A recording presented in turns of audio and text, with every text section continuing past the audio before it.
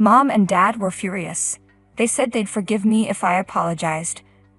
But why should I be the one to make amends? I can't see myself getting along with people who would say something like that. I've decided I'm never going to see them again. Don't be ridiculous, I said. If that's your attitude, I'm divorcing you. Leave. Actually, I was about to leave anyway, he replied. My name is Jade and I'm a 30-year-old office worker. Recently, my boyfriend Harry proposed to me. We met at a meetup for online gamers, and he's 7 years older than me. He's kind, accepting, and understands how important my work is to me. He gives me the space I need, which I really appreciate. However, now that he's proposed, I'm unsure what to do. I hadn't really considered marriage before. It feels like a binding commitment, and I worry it might take me away from my work, which I love. I don't have hobbies, and I'm not sure what to do on my days off. My previous boyfriends left me because they couldn't handle my focus on work. They expect me to adjust my schedule for their work. They'd say, men want to be in control and expect women to handle housework. That's why I never saw marriage as a happy ending. Harry's proposal is different. I asked him if he really understands that I'm not quitting my job. Of course not, he said. We can share housework, and if we don't have much time together because of work, that's fine with me. I've lived alone for a long time and I'm used to it. I also have hobbies and know how to spend time on my own. Why do you want to marry me then? I asked. It's just that, despite everything you've said, I don't want you to be with anyone else. Even if we only see each other on weekends or live apart, I want us to be officially married. I want us to make a lifelong vow to love each other. It's a selfish request, but if you're not comfortable with marriage, we can consider common law marriage instead. His understanding and willingness to compromise made sense to me. I realized I could manage married life with him without changing who I am. So I decided to marry Harry. When I told my family and friends, they were all shocked, especially since I had previously said I had no intention of getting married. My mother was in tears, overwhelmed with happiness. It made me realize how much it meant to her. Despite always telling me to live my life as I wished, I knew she had always hoped to see me married. I'm overjoyed to see the smile on my mom's face. I'm glad I decided to get married. We've had our wedding and started our new life together as husband and wife. We've moved into our new house, unpacked, and sorted through all the complicated paperwork. Harry suggested we spend a night at his parents' house since they're hosting a family gathering this Saturday. I need to make sure I don't come off as rude, I said. Don't worry about it, Harry reassured me. My parents are quite elderly, and they'll probably see you more as a granddaughter than a daughter-in-law, so you don't need to be overly concerned. His words eased my anxiety a bit. I did want to make a good impression, so I agreed to join him at the gathering. I decided to call my mom to see if there was anything specific I should be aware of when visiting his family. Given that all the relatives would be there, I wanted to be prepared. Since my dad passed away when I was young, my mom has been my sole support.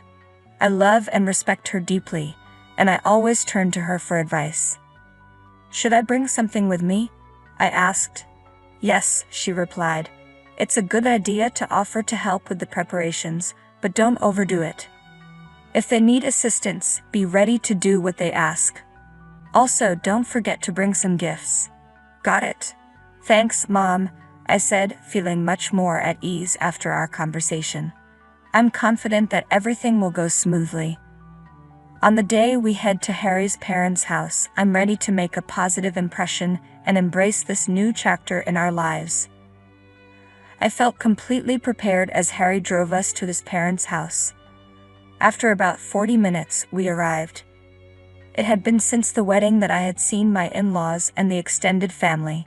Harry had assured me they were all looking forward to meeting me, which eased my nerves and made me excited. Upon arrival, I could hear the lively chatter of the relatives inside, and it seemed they might already be dining. Harry led me into the living room where we were warmly greeted. "Oh, you're here. Come in. Come in," his parents said, inviting us to join them. "Sit down. Let's toast once more." Harry's parents appeared a bit tipsy but cheerful. We settled in and enjoyed our drinks. I took out the gift I had brought for them. "Oh, thank you so much," they said. "Is there anything we can help with?" I pulled out my apron ready to assist. No, there's no need," they insisted.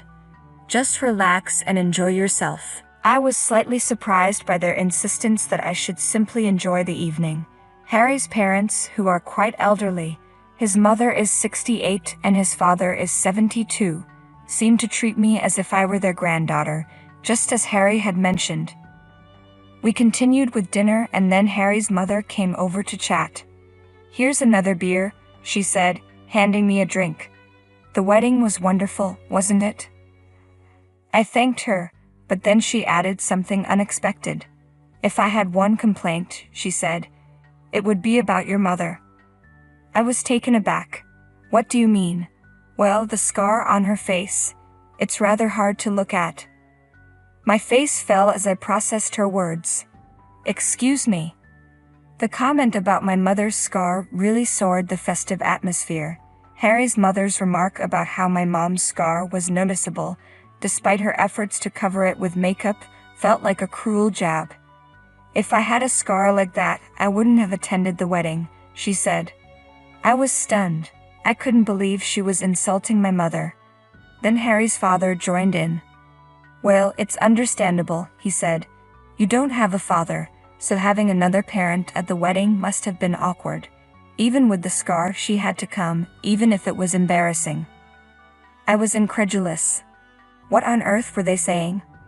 My mother's scar was a result of a tragic accident. When I was a child, she had been sitting in the back seat with me for safety while my dad drove. A speeding car from the opposite lane crashed into us. My father swerved but ended up crashing into a pole, and he died on impact. To protect me, Mom shielded me with her body, and a shard of glass from the front window lodged into her face, causing severe injuries. It seemed Harry's parents didn't know this.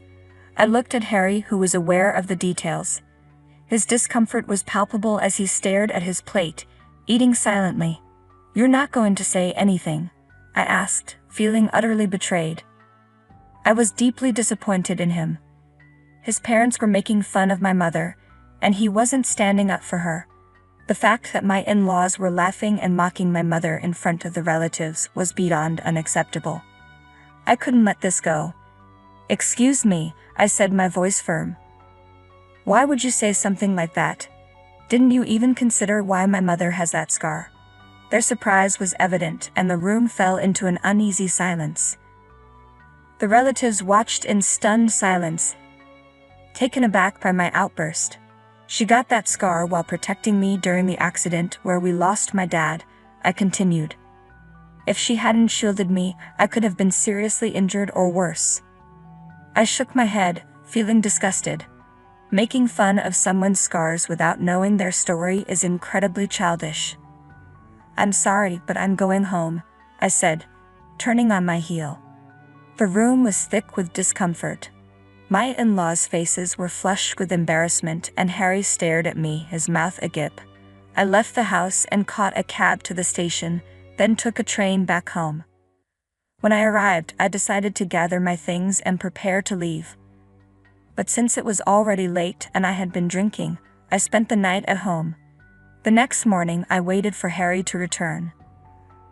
I wanted to leave as soon as possible, but I decided it was better to talk to him first before making any final decisions. When he arrived, he looked furious. He threw his bags down and glared at me. "What was that last night?" he demanded. "You embarrassed me and my parents." "Your parents are the ones to blame," I shot back. "They insulted my mother in front of everyone. You know why she has that scar, and you didn't even try to defend me." "That's not what I'm talking about," Harry interrupted. "First, you need to apologize for embarrassing me and my parents." "What do you mean that's not what you're talking about?" I retorted. "If your parents hadn't acted so rudely, none of this would have happened." "You're insulting my parents again," he said, his tone accusing. "That's not what I'm doing," I replied, frustrated. I'm standing up for my mother and calling out their unacceptable behavior. I'm just stating the facts, I said, trying to explain. Mom and Dad were really angry, but they said they'd forgive you if you apologized. They're being so generous, Harry replied. You should be grateful. Grateful?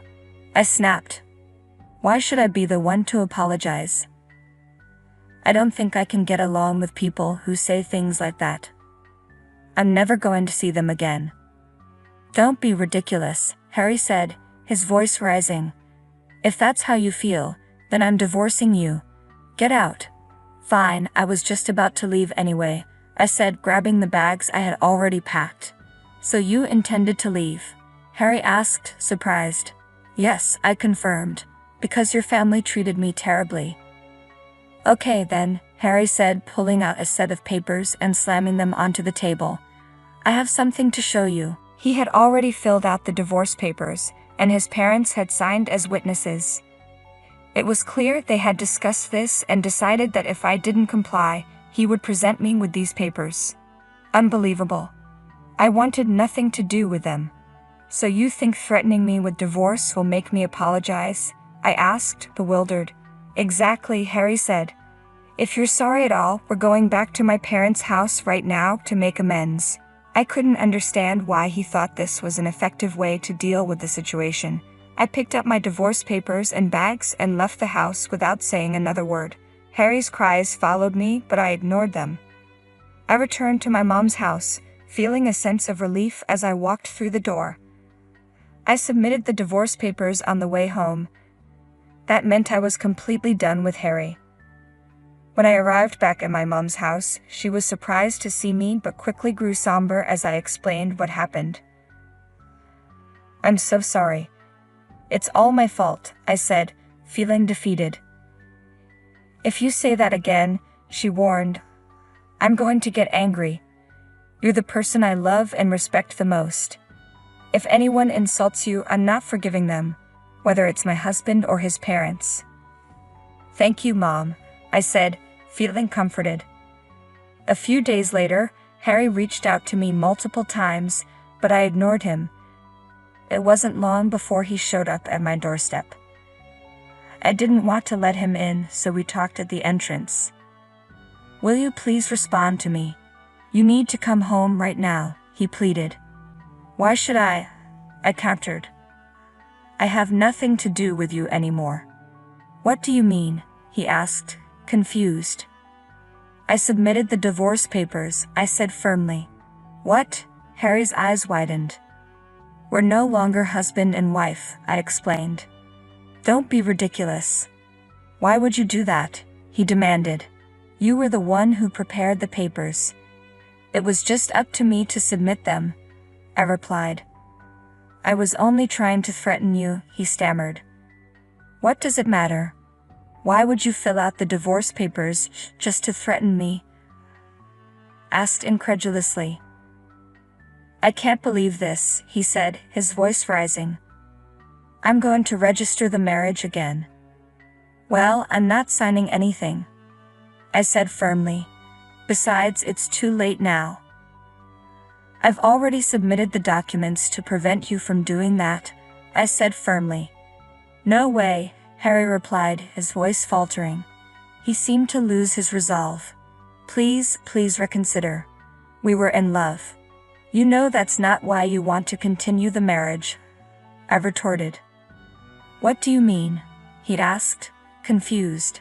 You want me to take care of your parents, don't you? I said, raising an eyebrow.